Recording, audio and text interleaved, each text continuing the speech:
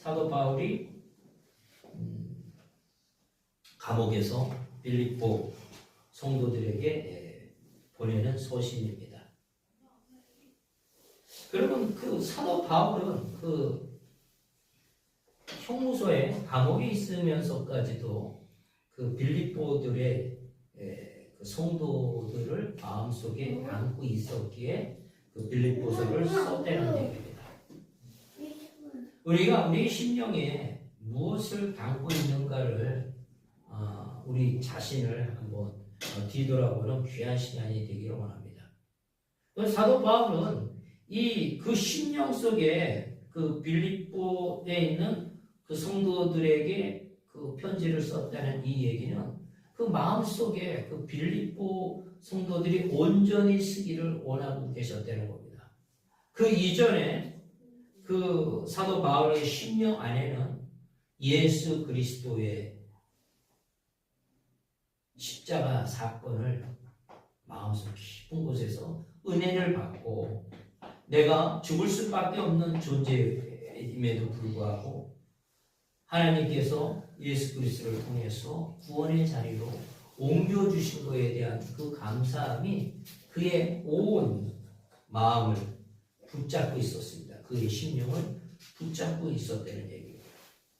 그래서 23절에 보니까 주 예수 그리스도의 은혜가 너의 심령에 있을지어다 이렇게 말합니다. 예수 그리스도의 은혜가 너의 심령에 있을 거를 간곡하게 전하고 있습니다. 우리가 하나님을 몰랐을 때, 예수 그리스도를 몰랐을 때 어버이의 은혜에 대해서 우리가 은혜라는 말을 통해서는 어버이를 생각할 겁니다. 그래서 뭐 진자리, 마른자리, 누이시고 이런 우리 어버이 노래와 마찬가지로 참으로 그 나를 위해서 나와 같은 사람을 위해서 온갖 희생을 다 했던 우리 부모님의 은혜를 우리가 생각이 될 겁니다. 이 은혜라는 것은 헬라어로 카리스라고 해요. 그래서 이제 우리 목회자들은 그 주석 중에 호쿠마라는 주석이 있고 카리스라는 주석을 갖고서 우리가 이제 많이 성경의 말씀을 준비합니다. 이 카리스라는 말, 이 은혜라는 말은 우리를 용서해 주시고 구속해 준 하나님의 사랑에 감사하는 겁니다. 달리 얘기하면 십자가 사랑에 대한 감사를 은혜라고 얘기하는 겁니다. 그러니까 우리의 심령 속에 이 23절에 말했던 것 같이 예수 그리스도 십자가의 사랑에 대해서 감사하라는 얘기예요. 주 예수 그리스도의 은혜가 너의 심령에 있을지어다. 우리의 심령 속에 예수 그리스도의 십자가 사건을 갖고 있다고 하는 삶을 가져야 된다는 겁니다. 우리 인생의 여정 속에 어느 것도 우리 심령 속에 다른 것이 왔었을 때는 우리는 실패할 수밖에 없는 인생을 살 수밖에 없습니다. 우리의 심령 속에 억울함과 미워함, 두려움, 세상의 가치로 우리가 붙잡혀 있다면 우리는 그 심령 속에 그거로 인하여 우리 인생은 망치는 인생을 살 수밖에 없다는 겁니다. 우리의 관심이 무엇을 갖고 있느냐에 따라 틀리다는 겁니다. 그래서 육체의 일은 분명히 우리 갈라디아에서 음행과 더러운 것과 호색이라고 했어요. 우리의 심령 속에 하나님이 원하지 않는 것들을 갖고 있었을 때는 거룩한 하나님의 영을 받지 않고서는 거룩한 예수 그리스도를 우리의 심령 속에 우리가 갖고 있지 않다면 세상의 육체의 일, 이 세상의 자랑과 욕심과 정욕으로 살아갈 수밖에 없는 우리 인생이라는 겁니다. 그래서 인생을 바라봤을 때 억울함과 비교를 통해서 이 세상의 아픔과 슬픔만을 살아가는 실패된 인생으로 살아갈 수밖에 없다는 겁니다. 저 사람 때문에 내 인생이 망쳤다는 그 억울함과 저 사람 때문에 내가 이렇게 인생이 망쳤기에 미워할 수밖에 없다는 겁니다. 그런데 우리가 꼭 알아야 될 것이 성경에 하나님은 사랑이라 하셨고 그렇다면 악한 사탄 마귀는 미움이라는 겁니다. 그래서 우리의 심령 속에 미움의 영이 들어왔다고 한다면 우리의 삶은 철저하게 파괴되는 겁니다. 그러기에 그런 심령이 우리의 심령 속에 못 들어오게끔 하셔야 됩니다. 그것은 오로지 예수 그리스도의 보혈의 피만이 그것을 깨끗이 씻는처럼 완전히 없앨 수 있다는 겁니다. 그래서 이 갈라디아에서 보니까 아주 다양하게 육체의 일에 대해서 얘기해 주고 있습니다. 음행, 더러운 것과 호색과 우상 숭배와 주술과 원수 맺는 것과 분쟁과 시기와 탐냄과 당짓는 것과 분열함과 이단과 투기와 술 취함과 방탕함과 또 그와 같은 것이라. 전에 너에게 경계한 것 같이 경계하노니 이런 일을 하는 자들은 하나님의 나라의 유업을 받지 못한다고 얘기하는 겁니다. 그러니까 우리의 심령 속에 시기와 질투가 있는 것을 우리가 경험했었잖아요. 미움과 다툼과 당짓는 것과 패당지는 것들을 우리가 경험했었잖아요. 우리의 심령이 평강했었나요? 그러지 않았을 겁니다. 굉장히 괴로움과 아픔 속에 살아갔을 겁니다. 그런데 거기서 벗어나야 돼요.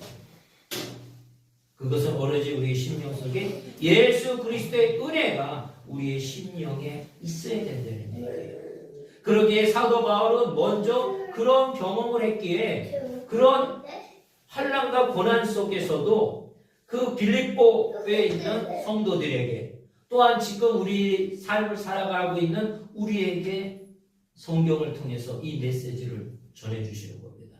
저 역시 우리의 심령 속에 그 옛날에는 세상적인 일, 육체의 일로 묶여 있었지만 예수 그리스도의 은혜를 받고 예수 그리스도의 은혜를 받고서부터는 그 모든 것들이 회복이 됐다는 겁니다. 우리가 참으로 그 하나님의 말씀의 가르침을 잘 받아야 됩니다. 내가 누구를 만나느냐, 내가 또 어떤 관심을 갖느냐에 따라 우리의 심령을 점령당하는 겁니다. 우리가 어려서 가장 좋아하는 게 우리의 심령을 점령하게 되죠. 아마 학생 때는 친구들이 가장 좋아서 그 과정 속에 아이들을 이렇게 귀한 친구들을 만날 것입니다.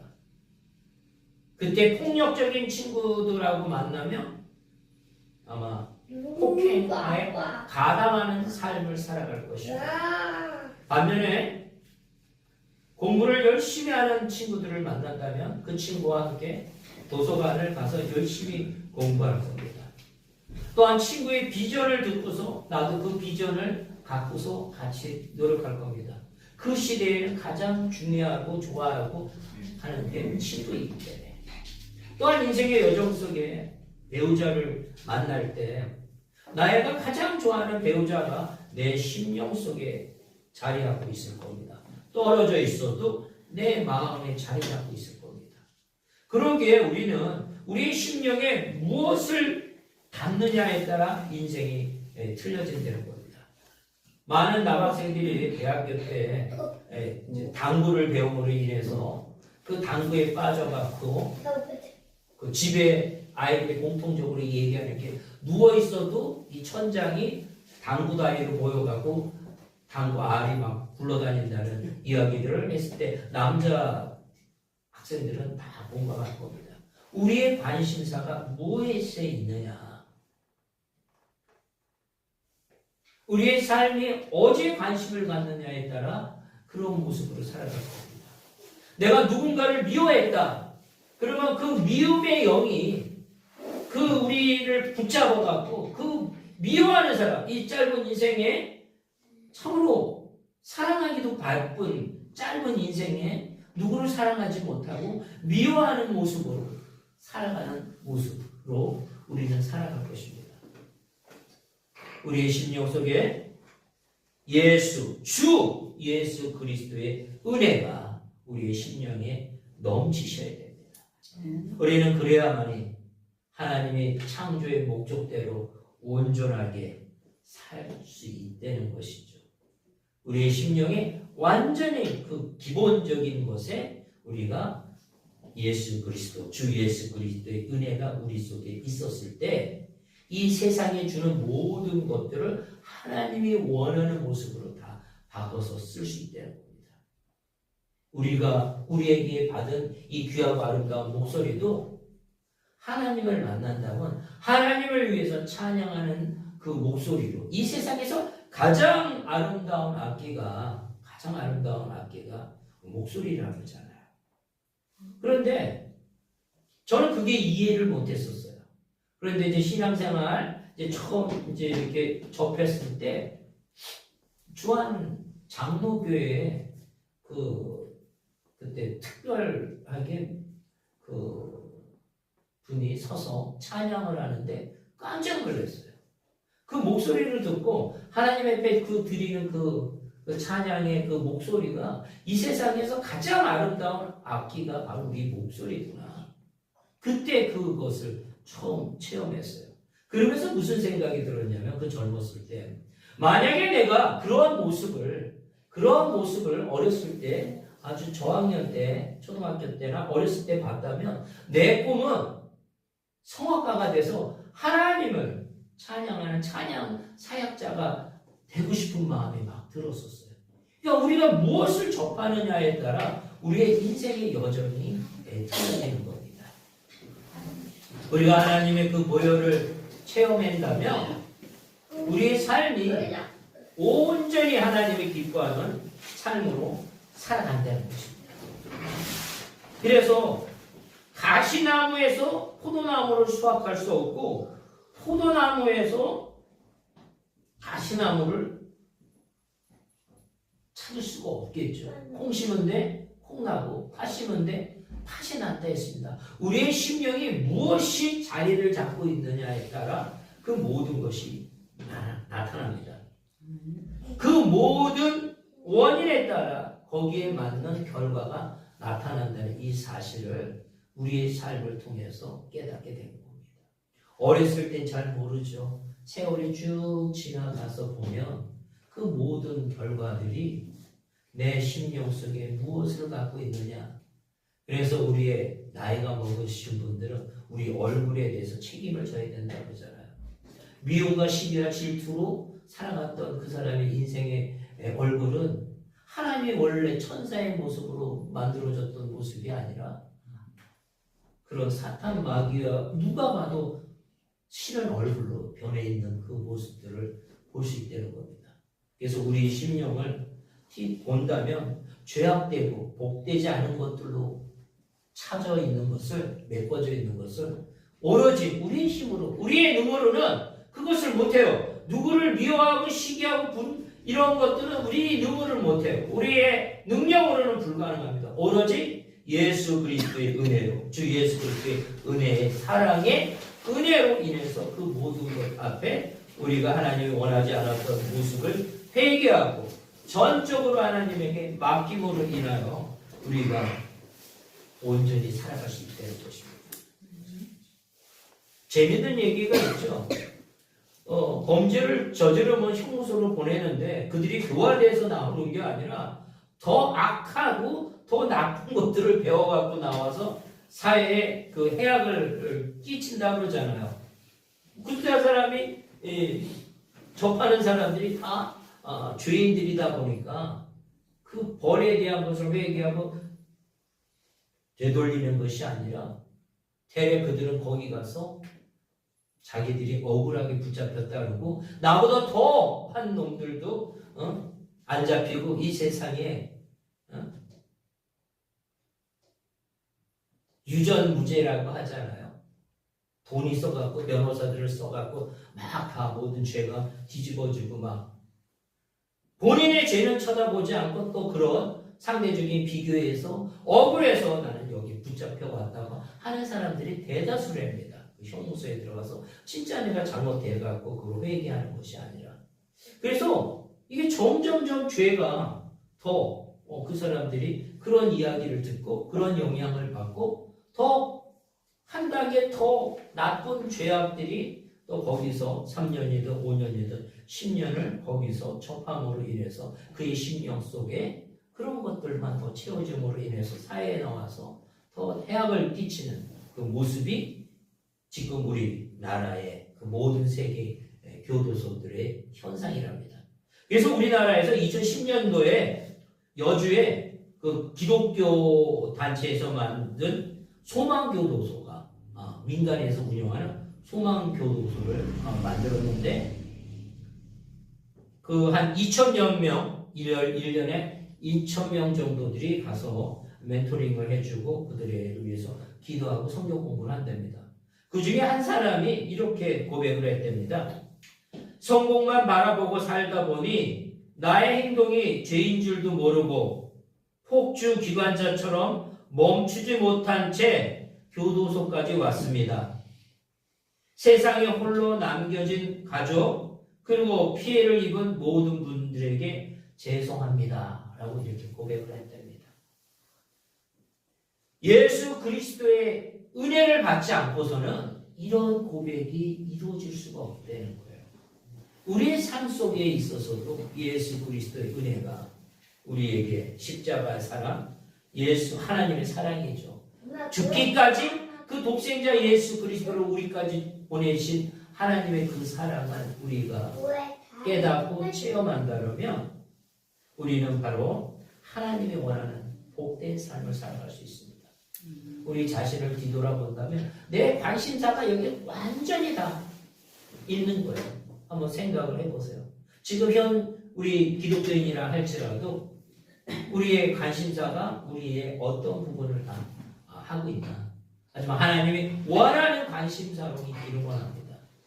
가난한 자, 고아, 어려운 자, 믿지 않는 자, 우리가 그 귀하고 아름다운 하나님이 주신 물질도 어떤 자는 자기의 쾌락을 위해서 세상 욕심에 묶여서 나쁜 것에 쓰는가 하면 그 하나님의 은혜로 가난한 자를 돕고 믿음이 없는 아주 어려운 나라를 위해서 선교함을 보내는 그러한 모습으로 극단적으로 나눠질 겁니다. 나를 위해서 인생을 살아갈 것이냐, 나의 이생의 쾌락을 위해서 살아갈 것이냐, 하나님의 원하는 모습으로 살아갈 것인가는 우리의 심령 속에 뒤돌아보면 이렇게 살펴보면 우리가 어떤 곳에 붙잡혀 있는지 우리를 지금 통치하고 있는지를 보실 수 있을 겁니다. 그러기에 우리 모든 성도들은 저서부터 시작해서 하나님의 심령이 성령이 우리의 심령을 온전히 예수 그리스도로 붙잡혀 있는 저희들이 이 되기를 간절히 원합니다. 시편에 보니까 분노를 그치고 노를 버리며 불평하지 말라. 오히려 악을 만들 뿐이라 합니다. 불평불만하지 마십시오. 주어진 것에 감사하시는 저희들이 되시기를 간절히 축원합니다. 네. 근데 아까 그런 모습이 하나님의 나라의 유업을 얻지 못한다고 그랬어요. 우리가 창조자 하나님이 우리를 창조하셨을 때 우리와 교제교통하시기 위한 거 아니에요?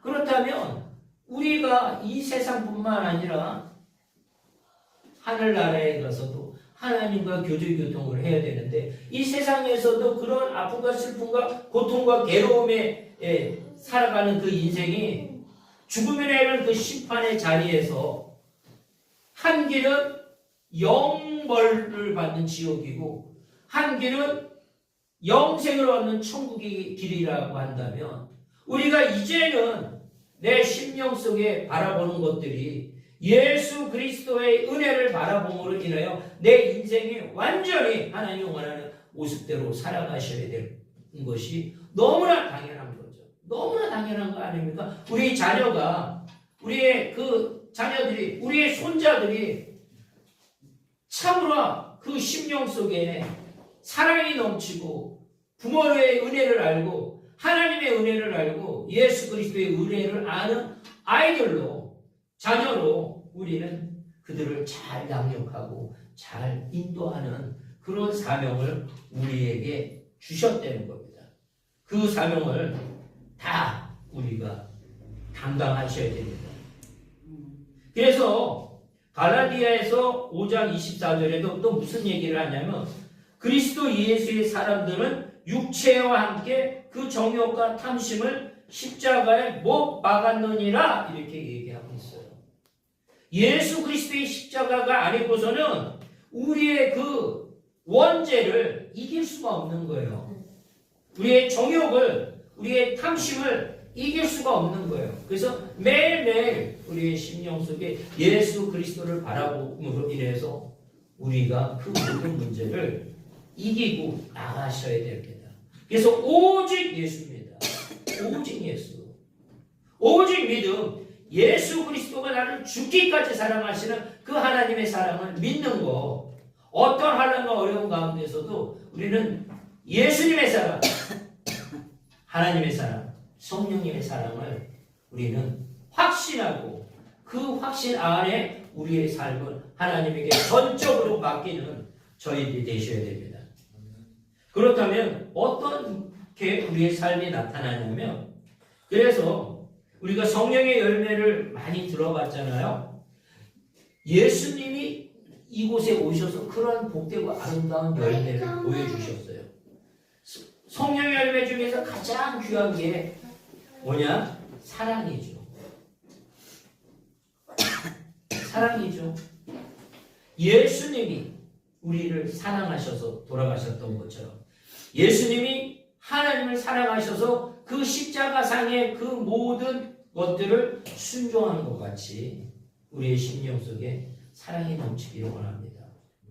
우리가 참으로 사랑이 얼마나 귀하고 아름다운 거예요. 내 마음을 온전히 지배하는 거잖아요. 그렇잖아요. 우리가 한 가정을 이룰 때 그 가정을 이루는 전제 조건이 물질이 아니라 사랑이잖아요. 내 심령을 완전히 붙잡고 있잖아요. 떨어져 있다 할지라도. 그렇죠.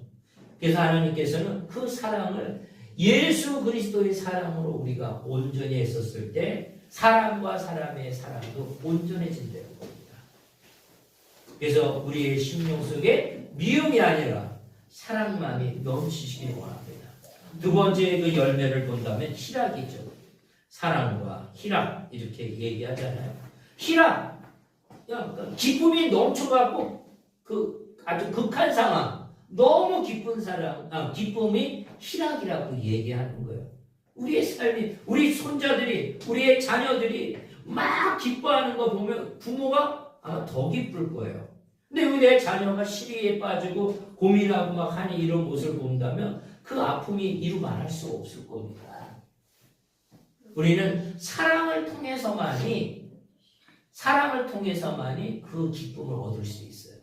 이 세상은 기쁨이 없어요. 없어요. 하지만 하나님의 사랑을 체험하고 나서는 그 모든 것들이 기쁨으로 화하는 거예요. 기쁨으로.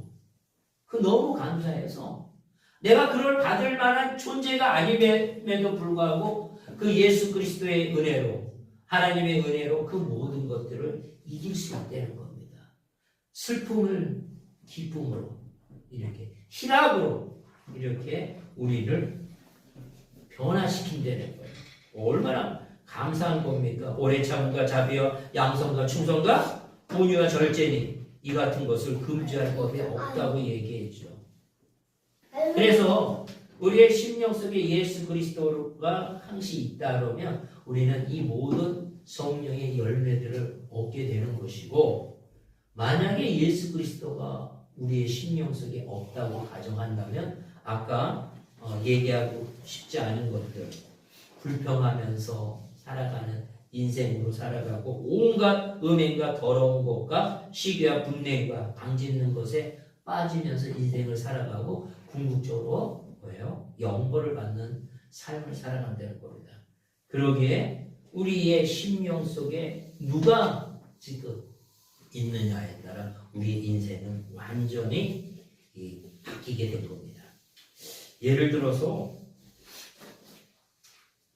그 사채업자의 피해자들을 보면 그 두려움이 굉장히 그 트라우마가 돼서 아마 살아갈 겁니다. 그리고 학폭의 피해자들도 그 입은 그 순간뿐만 아니라 그 피해의 그 울타리 안에서 그 트라우마 안에서 평생을 살아가는 모습들을 우리가 방송을 통해서도 봅니다. 또한 암 환자들의 그 두려움은 우리가 상상할 수 없는 그런 두려움으로 그들은 붙잡혀 있을 겁니다. 그러면 그 스트레스로 인해서 그 트라우마로 인해서 더 암 환자들이 더 악화가 되는 거예요. 그래서 그런 두려움이 있는 자들에게는 그때 어떤 그 목사님의 간증 중에 이런 게 있었습니다. 말기암 환자였는데 그 두려움에 떨치지를 못하니까 그냥 매일 주기도문을 뭐 300번씩 그냥 외워라, 읽어라 그랬답니다. 우리가 매번 주기도문 하잖아요. 마태복음 6장 9절에서 13절에 주기도문을 계속 하늘에 계신 우리 아버지, 하나님이 내 아버지, 전능하신 아버지를 계속 부르는 거예요. 그러면서 그가 붙잡고 있었던 모든 그 두려움이, 영들이, 그 죽음의 두려움이 창조주 하나님을 하늘에 계신 우리 아버지라고 이렇게 계속 고백을 하다 보니까 나았다는 얘기예요. 이 얘기는 다르게 얘기하면 성삼위일체의 입장에서 본다면 예수 그리스도의 보혈의 힘이 나았다는 얘기예요. 성령님의 우리와 함께 하셔서 성령님이 함께 강구하심으로 나았다는 거예요. 전능하신 창조주 하나님이 함께 하셔서 내 아버지가 그 모든 것을 다 회복해 주실 줄 알았다는 거예요. 나의 모든 죄를 용서해 준 것을 알았다는 거예요. 우리가 전적으로 하나님을 믿었을 때 그 제자들이 그랬거든요. 어떻게 기도해야 되는지. 그래서 예수 그리스도가 주기도문을 가르쳐 주신 겁니다. 너네는 이렇게 기도하라. 우리의 삶 속에, 우리의 심령 속에 말씀으로 붙잡혀 있어야 될 것이고, 그 말씀을 붙잡히기 이전에 예수 그리스도가 누군지를 아셔야 된다는 겁니다. 사도 바울은 맨 처음에 예수님을 대적했던 자들이에요. 사도 바울은 사울이었죠. 예수님을 만나고서 바울로 바뀌었죠. 우리의 인생도 바뀌어야 되는 인생이 돼요. 실패하고 좌절하고 시기와 분냄이 있고 세상적인 가치에 묶여있다면 우리의 힘으로는 불가능한 거예요. 전적인 예수 그리스도의 은혜로 우리의 심령 속에 하나님을 모시는 저희들을 한 사람 한 사람이 다 되셔야 됩니다. 본문 마지막 말씀 다시 한번 같이 읽겠습니다. 주 예수 그리스도의 은혜가 너희 심령에 있을지어다. 아멘. 사랑해 주님 감사합니다. 우리의 심령 속에 주 예수 그리스도의 은혜가 넘치기를 간절히 원합니다. 그로 인해서 이 세상의 모든 문제 다 해결해 줄 줄 믿사며 남은 인생의 여정 속에 하나님을 만나며 예수님을 만나며 성령님의 인도하심을 통해 하나님 복된 삶을 허락하여 주시고 하나님이 원하는 복된 삶으로 실천하는 삶을 살아갈 수 있도록 축복 허락하여 주시옵소서. 그렇게 된 줄 믿사오며 예수님의 이름으로 기도드렸사옵나이다. 아멘.